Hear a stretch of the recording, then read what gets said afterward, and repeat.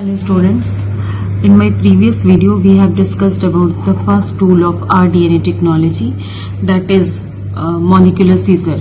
Means हमने discuss किया था restriction enzyme. molecular scissors किसको बोलते हैं? Those are means restriction enzymes होते हैं वो आप मेरी प्रीवियस वीडियो देखेंगे तो आपको समझ में आएगा. That is molecular scissors name से है वो.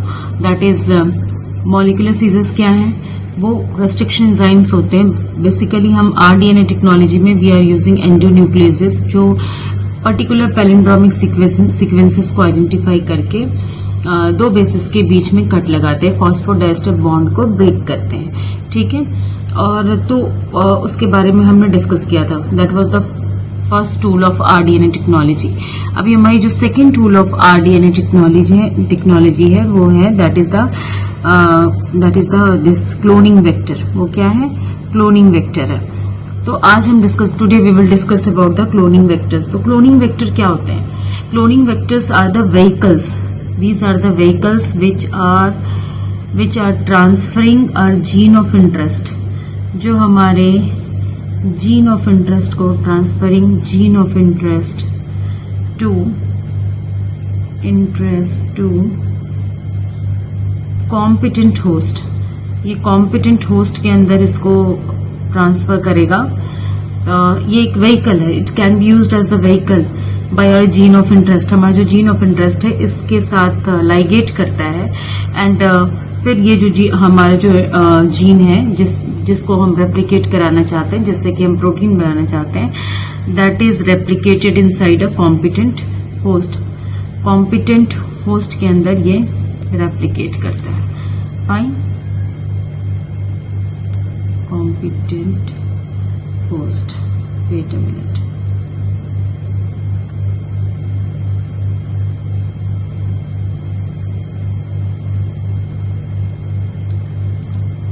Competent host. ठीक है, ये होस्ट के अंदर जो है हमारे दिस क्लोनिंग वेक्टर जो है वो that will be entering into the competent host and वहां पे ये रेप्लिकेट करेगा और हमारे जीन ऑफ इंटरेस्ट को भी रेप्लिकेट करेगा और उससे हमारा जो भी डिजायर्ड प्रोटीन बनाना चाहते हैं वो बन सकता है.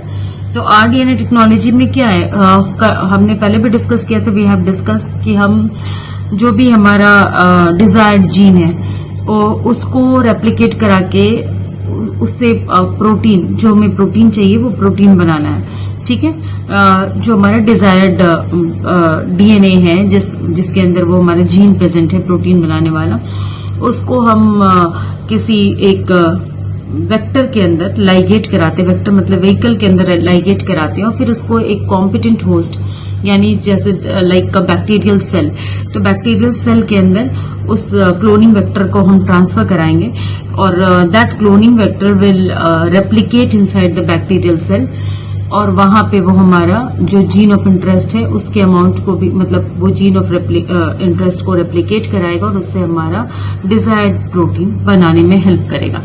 बट सबसे पहले हम समझेंगे कि क्लोनिंग वेक्टर्स कौन कौन से होते हैं. लाइक ये जो क्लोनिंग वेक्टर्स हैं ये होते हैं, it can be a plasmid हो सकता है. Plasmid as you all are knowing कि ये एक सर्कुलर डीएनए है जो बैक्टीरियल सेल के अंदर होता है. Extra chromosomal means extra genetic material कहते हैं इसको. ठीक है, ये जो है ये बैक्टीरियल सेल में होता है. तो plasmid can be used as a cloning vector. Apart from this cosmid, phasmid, these are also used as the cloning vectors. अब ये एनसीईआरटी में दिया हुआ है कुछ नेम्स हैं. ये नेम्स जो है मेनली हम पढ़ेंगे प्लास्मिड के बारे में, बट ये नेम्स के बारे में भी आपको पता होना चाहिए. You should know about this. What is a cosmid? Cosmid means ये हमारा इंजीनियर्ड प्लास्मिड है जिसमें एक बैक्टीरियल प्लास्मिड को हम लाइगेट कराते हैं. बैक्टीरियल प्लास्मिड में हम लाइगेट करते हैं cos site of lambda bacteriophage.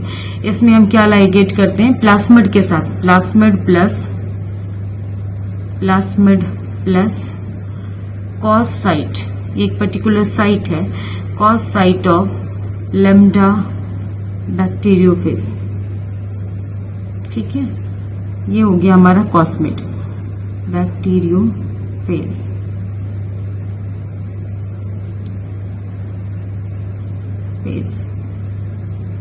ठीक है, और दिस फास्मिड क्या है? दिस कॉस्मिड आप समझ गए कि कॉस्मिड क्या है? प्लास्मिड के साथ हम लाइगेट करते हैं। प्लास्मिड के साथ हम किसको लाइगेट करते हैं? Cos site of lambda bacteriophage. ठीक है, बैक्टीरियोफेज को I should write properly, wait a minute.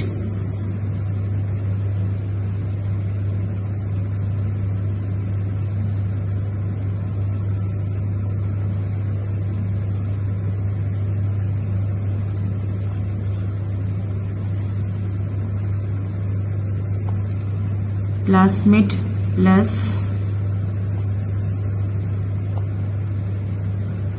cos site of lambda bacteriophage.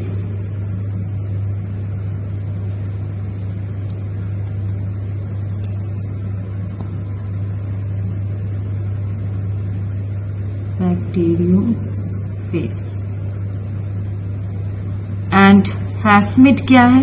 What is phasmid? ये तो हो गया हमारा कॉस्मिड। फैस्मिड क्या होता है? इसमें हम क्या, ये क्या होता है? ये भी प्लास्मिड के साथ, ये भी इंजीनियर प्लास्मिड है। That is the plasmid plus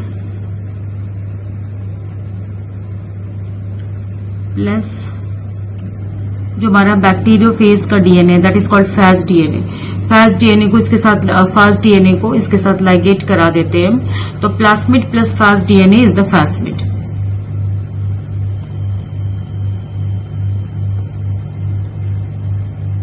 fast DNA is the plasmid. ठीक है, तो कॉस्मिड जो है हमारा, ये क्या करता है? ये this will help in cloning, means हमारे बड़े डीएनए, मतलब जो बहुत लार्ज साइज के डीएनए फ्रेगमेंट्स होते हैं, उनकी क्लोनिंग में हेल्प करता है cosmid. Like 45 kb kilo bases के DNA, 45 kb kilo means 45 kilo bases के डीएनए फ्रेगमेंट्स तक को ये क्लोन कर सकता है। ठीक है, तो it is cosmid is helping in cloning large DNA fragments like 45 kb means 45 kilo bases के डीएनए फ्रेगमेंट्स तक, साइज के डीएनए फ्रेगमेंट्स को वो क्लोन कर सकता है। फैस्मिड क्या करता है? This is helping in producing single stranded DNA from the plasmid. Plasmid से हम सिंगल स्ट्रैंडेड डीएनए बना सकते हैं विद द हेल्प ऑफ फैस्मिड। ठीक है, ये किस चीज में हेल्प करता है? सिंगल स्ट्रैंडेड डीएनए बनाने में। Single stranded DNA, it is helping in forming, plasmid is helping in, plasmid किस में हेल्प करता है? वेट अ मिनट, ये हेल्प करता है हमारे, ये सिंगल स्ट्रैंडेड डीएनए बनाने में हेल्प करता है। ठीक है, डीएनए। तो फैस्मिड बना है प्लास्मिड प्लस फैज, जो हमारा बैक्टीरियोफेज है, फैज डीएनए से, उसके बैक्टीरियोफेज के डीएनए से। और ये इसकी फंक्शन क्या है फैस्मिड की? It is helping in forming single stranded DNA. Cosmid क्या है? This is plasmid plus cos site of lambda bacteriophage. This is the cos site of lambda bacteriophage. ठीक है, बैक्टीरियोफेज। और ये जो है कॉस्मिड जो है, ये हमारे large fragments of DNA like 45 kb DNA को एग्जैक्ट मतलब ये 45 किलो बेसिस डीएनए को क्लोन करने में हेल्प करता है। ठीक है, so these are different types of cloning vector. But इस वीडियो में हम लोग सब प्लास्मिड, बेसिकली प्लास्मिड के बारे में पढ़ेंगे। सो लाइक इन लैबोरेटरीज में हम लोग क्या करते हैं? प्लास्मिड्स बनाते हैं। ठीक है, प्लास्मिड्स बनाते हैं, और उस प्लास्मिड्स में उसको बनाने में हमें क्या क्या उसकी मीन्स अगर if we are making a plasmid, तो उसकी डिजायर्ड प्रॉपर्टीज क्या क्या होनी चाहिए, उसकी डिजायरेबल प्रॉपर्टीज क्या क्या होनी चाहिए, we will discuss about this now. ठीक है, तो कॉस्मिड, फास्मिड एंड प्लास्मिड समझ गए हम। Now next is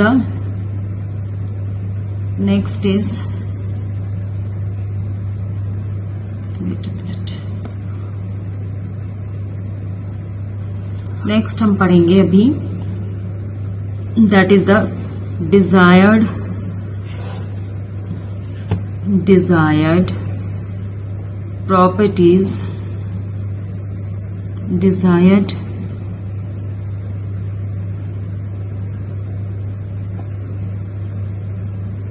properties of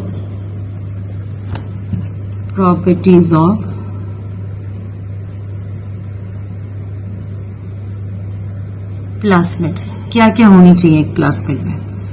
तो हमारे प्लास्मिड में जो इम्पोर्टेंट चीजें हैं, एक क्लोनिंग वेक्टर, प्लास्मिड अगर क्लोनिंग वेक्टर है तो एक क्लोनिंग वेक्टर में क्या क्या प्रॉपर्टीज होनी चाहिए? तो first property that is it should have a recognition site. इसके पास एक रिकॉग्निशन साइट होनी चाहिए, रिकॉग्निशन साइट। देन इसके पास सेलेक्टेबल मार्कर होना चाहिए, सेलेक्टेबल मार्कर। एंड इसके पास ओरिजिन ऑफ रेप्लिकेशन होना चाहिए, origin of replication. And it should be capable of means it should sustain inside the competent host। इसमें सस्टेनेबिलिटी की कैपेसिटी होनी चाहिए कॉम्पिटेंट होस्ट के अंदर। should sustain inside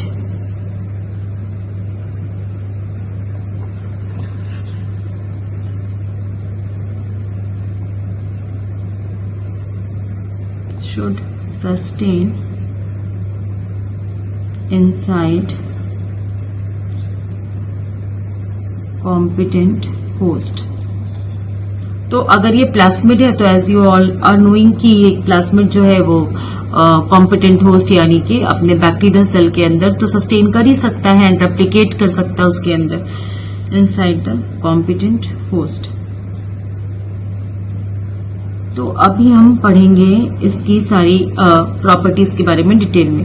तो फर्स्ट ऑफ ऑल जो हमारी है that is the recognition site. Recognition site क्या होती है, क्या रिकॉग्निशन साइट होनी चाहिए हमारे प्लास्मिड के अंदर में? तो रिकॉग्निशन साइट मतलब हमारे प्लास्मिड में वो होने चाहिए, मतलब पैलिंड्रोमिक सीक्वेंसेस होने चाहिए फॉर पर्टिकुलर रेस्ट्रिक्शन एंजाइम। जैसे हमारे हमने इसके पहले वाली वीडियो में डिस्कस किया था कि एंडोन्यूक्लियोसिस जो है वो कट लगाते हैं पैलिंड्रोमिक सीक्वेंसेस को आइडेंटिफाई करके डीएनए के अंदर। तो हमारा जो ये सर्कुलर डीएनए है दैट इज द प्लास्मिड, उसके अंदर भी रिकॉग्निशन साइट्स होनी चाहिए रेस्ट्रिक्शन एंजाइम्स के लिए। इसको आप नोट कर लीजिए, फिर हम अभी रिकॉग्निशन साइट के बारे में डिटेल में डिस्कस करते हैं।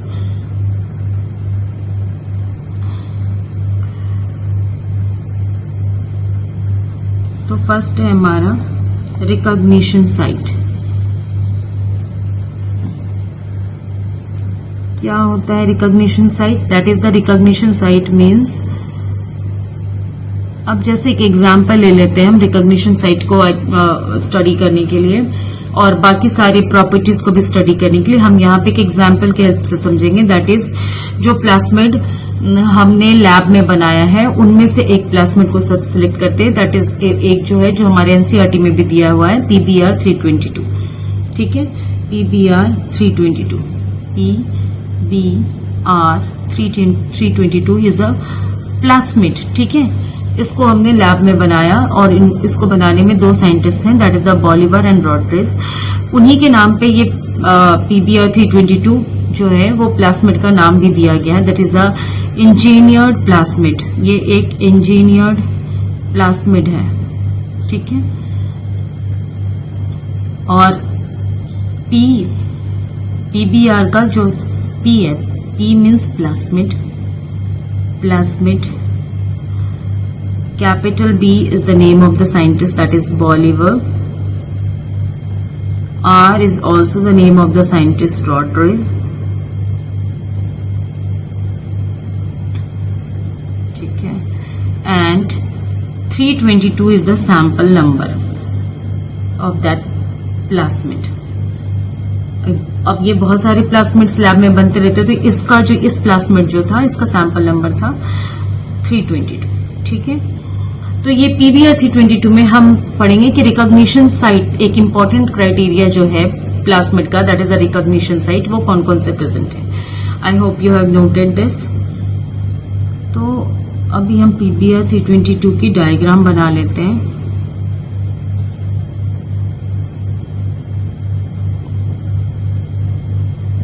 PBR,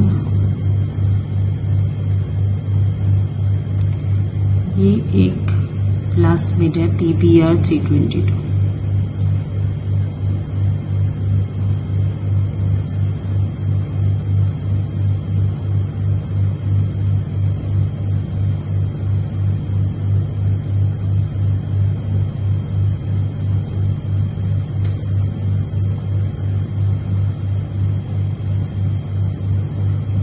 this is the circular DNA. Plasmid क्या होता है? हमारा सर्कुलर डीएनए है. इसमें रिकॉग्निशन साइट्स क्या हैं? ये जो साइट है यहाँ पे, दिस इज कॉल्ड द, ये जो है हमारा, this is the antibiotic resistant site. ये हमारा एंटीबायोटिक रेसिस्टेंट साइट है. यहाँ पे एम्पिसिलिन के लिए रेसिस्टेंस है और यहाँ पे टेट्रासाइक्लिन के लिए रेसिस्टेंस है. ठीक है, ये इस वाले एरिया में. ठीक है, this is the tetracycline resistant site and this is ampicillin resistant site.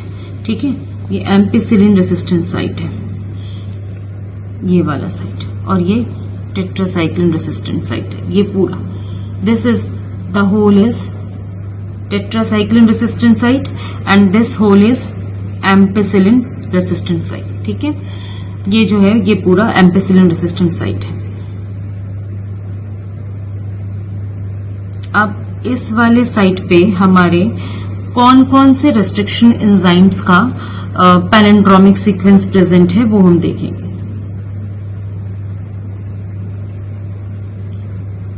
यहां भी हम देख लेते हैं. यहाँ पे ये जो टेट्रासाइक्लिन वाला साइट है,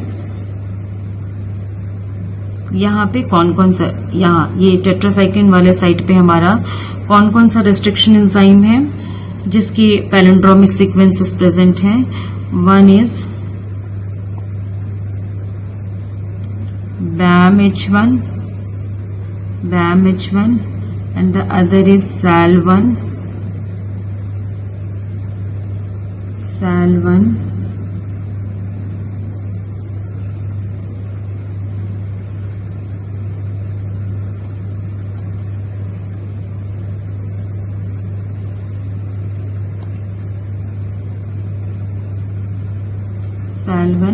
और एम्पिसिलिन वाले साइट पे कौन कौन से रेस्ट्रिक्शन एंजाइम की पैलिंड्रोमिक सीक्वेंसेस हैं. One is the PVU1 and the other is PST1. ठीक है, ये दो रेस्ट्रिक्शन एंजाइम है जो एम्पिसिलिन रेसिस्टेंट साइट पे है. One is PVU1 and the other is PST1. और टेट्रासाइक्लिन वाले साइट पे है. ये मीन्स हमने पहले भी पढ़ा है कि प्लास्मिड जो होता है, प्लास्मिड एक्स्ट्रा जेनेटिक मटेरियल है बैक्टीरियल सेल के अंदर. तो इसमें जो ये प्लास्मिड है, इसमें एंटीबायोटिक के लिए रेसिस्टेंट साइट्स हैं. ये जो इंजीनियर्ड पीबीआर 322 है, दैट इज द पीबीआर 322. ये जो हमारा प्लास्मिड है, इसमें ये दो रेस्ट्रिक्शन साइट्स हैं, एक एम्पिसिलिन रेसिस्टेंट साइट है और टेट्रासाइक्लिन. और इन दोनों जगह पे अलग अलग रेस्ट्रिक्शन एंजाइम्स के रेस्ट्रिक्शन साइट्स प्रेजेंट हैं. अपार्ट फ्रॉम दिस, हमारा जो यहाँ ये उसके बाहर वाला पार्ट है, दैट इज द ये एम्पिसिलिन के बाहर और इधर टेट्रासाइक्लिन के बाहर भी, यहाँ भी कुछ रेस्ट्रिक्शन एंजाइम्स प्रेजेंट होते हैं इस वाले साइट पे। यहाँ पे क्या प्रेजेंट है, वन इज द इकोर 1,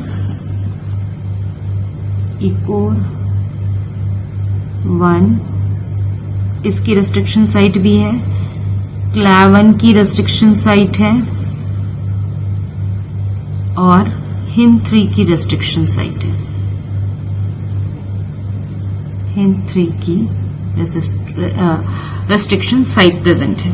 ठीक है, तो ये जो साइट्स हैं रेस्ट्रिक्शन एंजाइम्स के, ये इनका, अच्छा एक और चीज प्रेजेंट है यहाँ पे, 1 मिनट, यहाँ पे इसका ओरिजिन ऑफ रेप्लिकेशन है, that is called the ORI। ठीक है, और ये वाला साइट जो है यहाँ पे, that is the ROP is repressor of primer, that is ये हमारे प्लाज्मिड के मीन्स रेप्लिकेशन को कंट्रोल करता है। ठीक है, तो ROP is the protein which is controlling the replication of this plasmid. ठीक है, ये ROP यहाँ पे प्रेजेंट है, और इस ROP में भी एक रेस्ट्रिक्शन साइट होता है, दैट इज द PVU2। ठीक है, तो ये जो PVU2,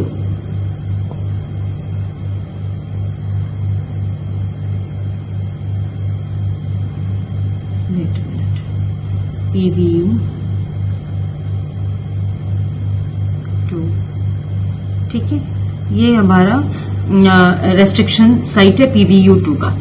तो अभी आप देख रहे हैं कि एम्पिसिलिन वाले साइट पे, एम्पिसिलिन, ये जो हमारा एम्पिसिलिन है, यहाँ पे 2 रेस्ट्रिक्शन एंजाइम्स के साइट है, PVU1 और PST1। ये अपनी अपनी पैलेंड्रोमिक सीक्वेंसेस को, अगर हमें ये प्लाज्मिड को कट करना है, ठीक है, तो अगर हम इसको PVU1 से कट कर रहे हैं तो वो कहाँ कट लगाएगा, that will make a cut at this place, यहाँ पे वो कट लगाएगा PVU1 वाले साइट पे। अगर हम इसे BAMH1 वाले रेस्ट्रिक्शन एंजाइम से कट कर रहे हैं तो वो टेट्रासाइक्लिन वाले साइट पे यहाँ पे कट लगाएगा, जहां पे BAMH1 की पैलेंड्रोमिक सीक्वेंस प्रेजेंट है। तो ये PBR322 में आप देख रहे हैं कि इतने सारे एंजाइम्स हैं जिनकी रेस्ट्रिक्शन साइट्स प्रेजेंट हैं। अगर हमने किसी rDNA टेक्नोलॉजी, एक rDNA रिकॉम्बिनेंट DNA बनाने के लिए अगर हम इकोर 1 का यूज कर रहे हैं तो इकोर 1 का यूज करें तो उसकी रेस्ट्रिक्शन साइट यहाँ पे प्रेजेंट है। अगर हम PVU1 का यूज कर रहे हैं, PVU1, तो उसकी रेस्ट्रिक्शन साइट यहाँ पे प्रेजेंट है।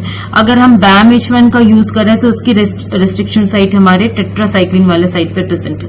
तो ये PBR322 के एक डायग्राम है, प्लाज्मिड जो बनाया गया था लैब में, और उसको बनाने में बॉलिवर एंड रॉड्रिग्स का रोल है, और उन्होंने इस प्लाज्मिड में इतने सारे रेस्ट्रिक्शन साइट्स डाले हैं। PVU1 कौन से बैक्टीरिया से बनाया गया है, प्रोटियस वल्गैरिस से। PST कौन से बैक्टीरिया से बनाया गया है, प्रोविडेंशिया स्टुआर्टी से।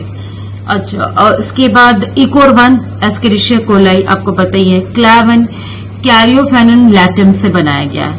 HIN3 हीमोफिलस इन्फ्लुएंजा से बनाया गया है।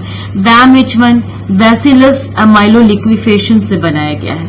SAL1 स्ट्रेप्टोमाइसिस एल्बस से बनाया गया है। ठीक है, तो ये सारे रेस्ट्रिक्शन एंजाइम्स के साइट इसमें प्रेजेंट है। अब हम rDNA को बनाने के लिए जो भी रेस्ट्रिक्शन एंजाइम यूज कर रहे हैं, उन रेस्ट्रिक्शन एंजाइम के रेस्ट्रिक्शन, मतलब इन सारे रेस्ट्रिक्शन जो इसमें दिए हुए, whatever restriction enzymes names are given over here, तो इन सारे रेस्ट्रिक्शन एंजाइम्स के हेल्प से हम इस प्लाज्मिड में कट लगा सकते हैं अपने डिजायर DNA को इंसर्ट कराने के लिए। सपोज हमारा डिजायर DNA हम यहाँ पे इंसर्ट करना चाहते हैं, तो हम BAMH1 से कट लगा सकते हैं, टेट्रासाइक्लिन वाले साइट पे हम BAMH1 से कट लगा सकते हैं, SAL1 से कट लगा सकते हैं।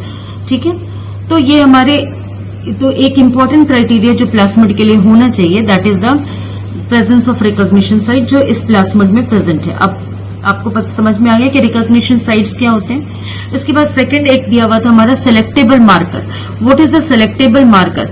सेलेक्टेबल मार्कर क्या है? दैट आप यहाँ देख रहे हैं कि what ever means in this plasmid जो हमारे सेलेक्टेबल मार्कर्स हैं वो कौन कौन से हैं? एक एम्पिसिलिन रेसिस्टेंट साइट है और एक टेट्रासाइक्लिन रेसिस्टेंट साइट है। मीन्स अगर हम अपने डिजायर्ड डीएनए को इस प्लास्मिड के अंदर लाइगेट कर रहे हैं और हमने अपना डिजायर्ड डीएनए कट किया है PST1 से, ठीक है, प्रोविडेंशिया स्टुअर्टी से मिलने वाले जो एंडोन्यूक्लियस है उससे हमने अपने डिजायर्ड डीएनए को कट किया है, तो हम PST1 से ही अपने इस प्लास्मिड को भी कट करेंगे, इस प्लास्मिड को, सो दैट कि हमारा डिजायर्ड डीएनए इसमें लाइगेट हो सके। पहले आप इसकी डायग्राम एक बना लीजिए। I will show it in the separate diagram. अब दूसरी डायग्राम का यूज करके हम इसको शो करेंगे सेलेक्टेबल मार्कर का रोल, ठीक है। रिकॉग्निशन साइट समझ के क्या होती है? वो प्लास्मिड के अंदर ये सारे मीन्स एक प्लास्मिड अगर हम बना रहे हैं एज अ क्लोनिंग वेक्टर तो उसके अंदर हम पैलिंड्रोमिक सीक्वेंसेस बनाते हैं जो पर्टिकुलर रेस्ट्रिक्शन एंजाइम्स के लिए होते हैं। तो हम जैसे हमने PBR 322 में इतने सारे रेस्ट्रिक्शन एंजाइम्स के रेस्ट्रिक्शन रिकॉग्निशन साइट्स हैं, ठीक है। PST1, PBU1, ECOR1, CLAV1, HIM3, BAMH1, SAL1। अब हम समझेंगे कि सेलेक्टेबल मार्कर का क्या रोल है। जो हमारा डिजायर्ड डीएनए है उसको लाइगेट करने के लिए प्लास्मिड को हम क्या कर रहे हैं? ये जो PBR 322 है हम इसका क्या यूज कर रहे हैं? इसमें हम अपने डिजायर्ड डीएनए को लाइगेट करेंगे। डिजायर्ड डीएनए जिसको हमने रेस्ट्रिक्शन एंजाइम्स के हेल्प से कट किया है, तो डिजायर्ड डीएनए को हम इसमें प्लास्मिड में लाइगेट करेंगे। तो अभी लाइगेशन कैसे होगा और कहाँ पे होगा वो हम समझते हैं, और लाइगेशन हुआ या नहीं हुआ ये पता करने के लिए होते हैं selectable markers. Mean selectable markers are helping us to identify that whether the ligation of desired DNA has taken place in the plasmid और नॉट, ठीक है। सेलेक्टेबल मार्कर का रोल समझ रहे हैं आप? सेलेक्टेबल मार्कर हमें it helps us in identify हमें और रिकॉग्नाइज करने में हेल्प करता है कि हमने जो डिजायर्ड डीएनए लिया है जिसको कट किया है रेस्ट्रिक्शन एंजाइम की हेल्प से वो हमारे इस पर्टिकुलर प्लास्मिड के अंदर लाइगेट हुआ है या नहीं हुआ है, तो उसमें हमारे इसका सेलेक्टेबल मार्कर का रोल होता है। तो I am going to erase this. अब देखिए ये जो है अगेन आई एम ड्रॉइंग, ये PBR 322 है, ठीक है। अब इसमें हम सिर्फ वो साइट लेते हैं that is the resistant sites जो है हमारे ampicillin resistant site and the tetracycline resistant site. ये जो है हमारा टेट्रासाइक्लिन रेसिस्टेंट साइट है ग्रीन से, ठीक है। और ये येलो वाला जो पार्ट है that is the ampicillin resistant site, ठीक है। ये हमारा एम्पिसिलिन रेसिस्टेंट साइट है, एम्पिसिलिन रेसिस्टेंट साइट है, और ये हमारा टेट्रासाइक्लिन रेसिस्टेंट साइट है, ठीक है। अब हमने क्या पढ़ा कि हमारे पास टेट्रासाइक्लिन PB और ये कौन सा प्लास्मिड है? दैट इज द PBR 322 जिसके बारे में अभी जस्ट पढ़ा मैं। अब इसमें टेट्रासाइक्लिन वाले पे हमारा BAMH1 का है रिकॉग्निशन साइट और SAL1 का है, और हमारे एम्पिसिलिन वाले साइट पे PVU1 का है और PST1 का है। तो सपोज हमने हमारा जो ये डिजायर डीएनए है, ये जो हमारा डिजायर डीएनए इसको हमें लाइगेट करना है। ये जो हमारा डिजायर डीएनए है इसको हमें लाइगेट करना है प्लास्मिड पे PBR 322 में। तो suppose this has been cut by PST1 से ये कट हुआ है, ठीक है। तो ये जो डिजायर डीएनए है जिससे ये कट हुआ है उसी से ये मतलब हम उसी को यूज करके हम अपने प्लास्मिड को भी कट करेंगे। मींस अगर हमने इस डिजायर डीएनए को कट करने के लिए कौन सा एंजाइम यूज किया है? PST1 यूज किया है। तो PST1 के हेल्प से ही हम अपने इस वाले जो PST1 है उसी की हेल्प से हम अपने यहाँ पे इस एम्पिसिलिन वाले PST1 वाले साइट पे कट लगाएंगे। हमने डिजायर डीएनए अपना किससे कट किया? PST1 से। तो PST1 एंजाइम से ही हम कट लगाएंगे प्लास्मिड में भी, सेम एंजाइम। इसको आप ध्यान में रखिएगा, जिस एंजाइम से हमने अपना डिजायर डीएनए कट किया है उसी एंजाइम की हेल्प से हम प्लास्मिड में भी कट लगाएंगे। तो हमने यूज किया PST1 इस डीएनए को कट करने के लिए। तो PST1 वाले मतलब उसी PST1 वाले एंजाइम से ही हम इस प्लास्मिड को भी कट करेंगे। तो कट करके ये जो हमारा डिजायर डीएनए है ये आके कहाँ लाइगेट हो जाएगा? यहाँ PST1 वाले साइट पे कट लगा तो हमारा डिजायर डीएनए कहाँ पे लाइगेट हो गया? इस वाले साइट पे, क्योंकि कौन सा एंजाइम इसको कट किया था? PST1। तो PST इट मींस जो हमारा क्या कहते हैं प्रोविडेंशिया स्टुअर्टी से लिया गया जो हमारा एंडोन्यूक्लियस है वो क्या कर रहा है? वो इस प्लास्मिड को भी कट कर रहा है और हमारा डिजायर डीएनए जो है इसमें लाइगेट कर दे रहा है with the help of ligation. किसकी हेल्प से होती है? लाइगेशन ऑफ डिजायर डीएनए किसकी हेल्प से होता है?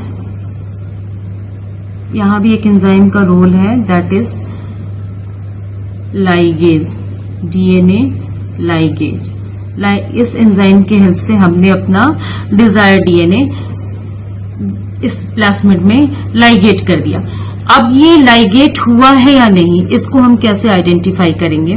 इस प्लास्मिड को हम एम्पिसिलिन वाले मीडियम में पहले डालेंगे। आप दो मीडियम्स ले लीजिए, एक मीडियम में टेट्रासाइक्लिन रखिए, दूसरे में एम्पिसिलिन रखिए। अब हमने इस प्लास्मिड को दोनों मीडियम में 1 by 1 डालना है, ठीक है। अब ये जो हमारा डिजायर डीएनए वो किस वाले पार्ट पे लगा है? एम्पिसिलिन रेसिस्टेंट साइट पे लाइगेट हुआ है। तो जब हम इस PBr 322 को क्या करेंगे? हम इसको दो मीडियम में डाल रहे हैं। एक जो है हमारा टेट्रासाइक्लिन वाला मीडियम है, this medium is of tetracycline, और एक मीडियम जो है हमारा वो एम्पिसिलिन वाला मीडियम है। तो ये जो हमारा क्या कहते हैं प्लास्मिड है, दिस प्लास्मिड दोनों मीडियम में एक एक करके डालेंगे। तो अभी हम क्या देखते हैं, क्योंकि हमारा डिजायर डीएनए कहाँ पे लगा है? एम्पिसिलिन रेसिस्टेंट साइट पे। तो ये जो हमारा प्लास्मिड है वो टेट्रासाइक्लिन वाले मीडियम में तो सर्वाइव करेगा, क्योंकि हमारा टेट्रासाइक्लिन वाला साइट जो है वो अनडिस्टर्ब है, वहां पे कोई लाइगेशन नहीं हुई है। तो अभी भी इस प्लास्मिड में रेसिस्टेंस है किसके लिए? टेट्रासाइक्लिन के लिए। तो ये टेट्रासाइक्लिन वाले मीडियम में सर्वाइव करेगा, बट एम्पिसिलिन वाले मीडियम में ये सर्वाइव नहीं करेगा, क्योंकि एम्पिसिलिन रेसिस्टेंट साइट जो है वो हमारा डिस्टर्ब हो गया, वहां पे हमारा डिजायर डीएनए लाइगेट हो गया है, ठीक है। तो लाइगेशन कहाँ हुआ है? एम्पिसिलिन रेसिस्टेंट साइट पे। तो अब ये जो प्लास्मिड है, this plasmid is unable to survive in ampicillin medium.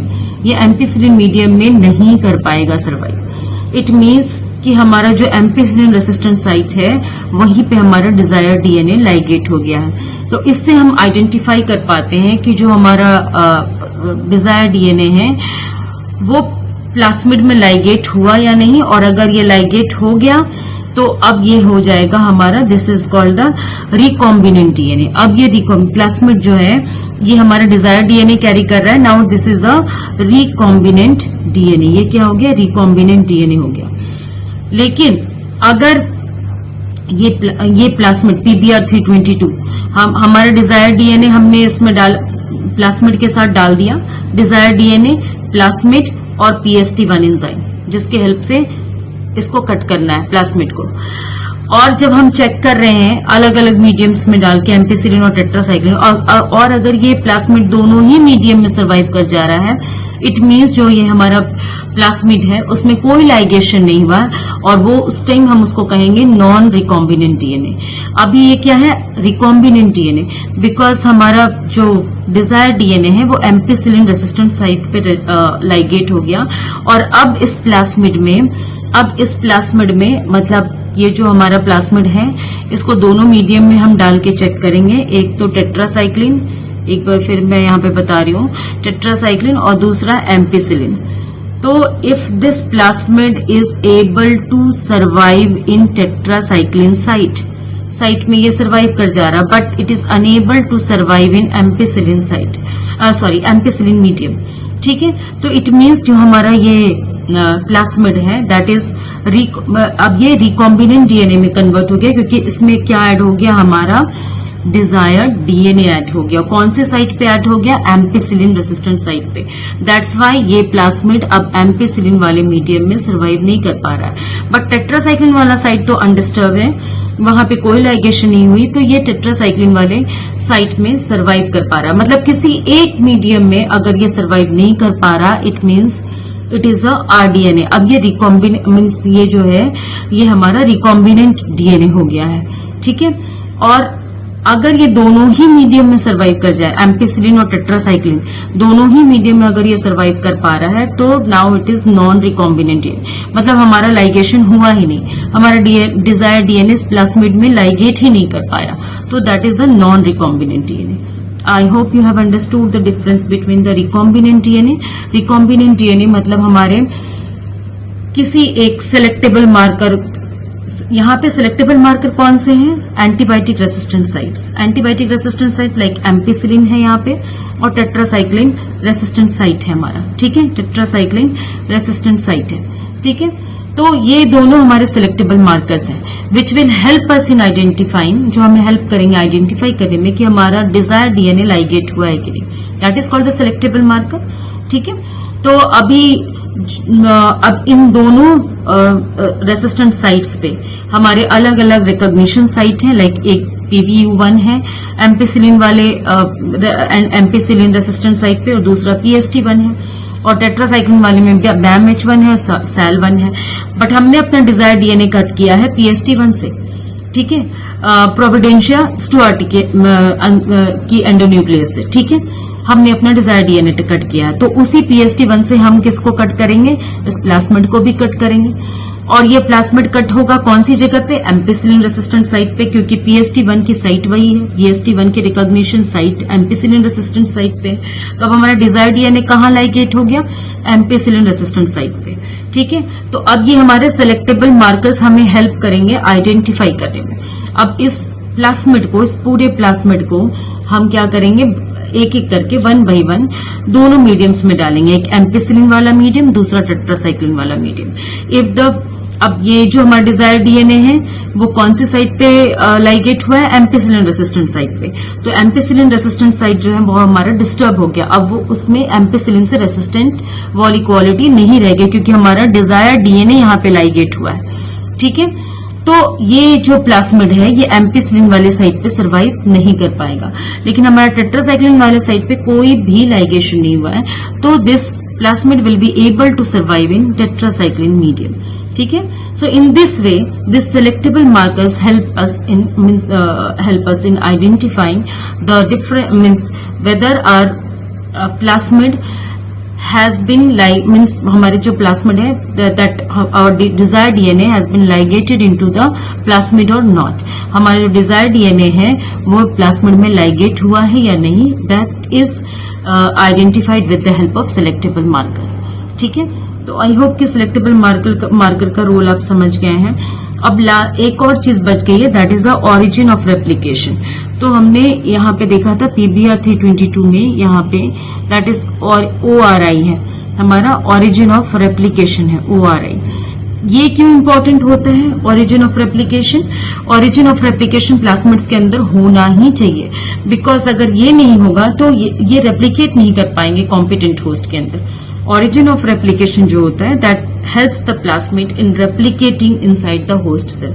origin of replication plasmid को होस्ट सेल के अंदर रेप्लिकेट करने में हेल्प करता है, और जब ये रेप्लिकेट करेगा तो हमारा डिजायर्ड डीएनए भी साथ साथ में इसके रेप्लिकेट करेगा और हमारी डिजायर्ड प्रोटीन बना पाएगा, ठीक है। तो what is the role of origin of replication? It helps the plasmid to replicate inside the competent host. और एक और चीज प्रेजेंट थी, that is the ROP. ROP क्या है? That is the repressor of primer.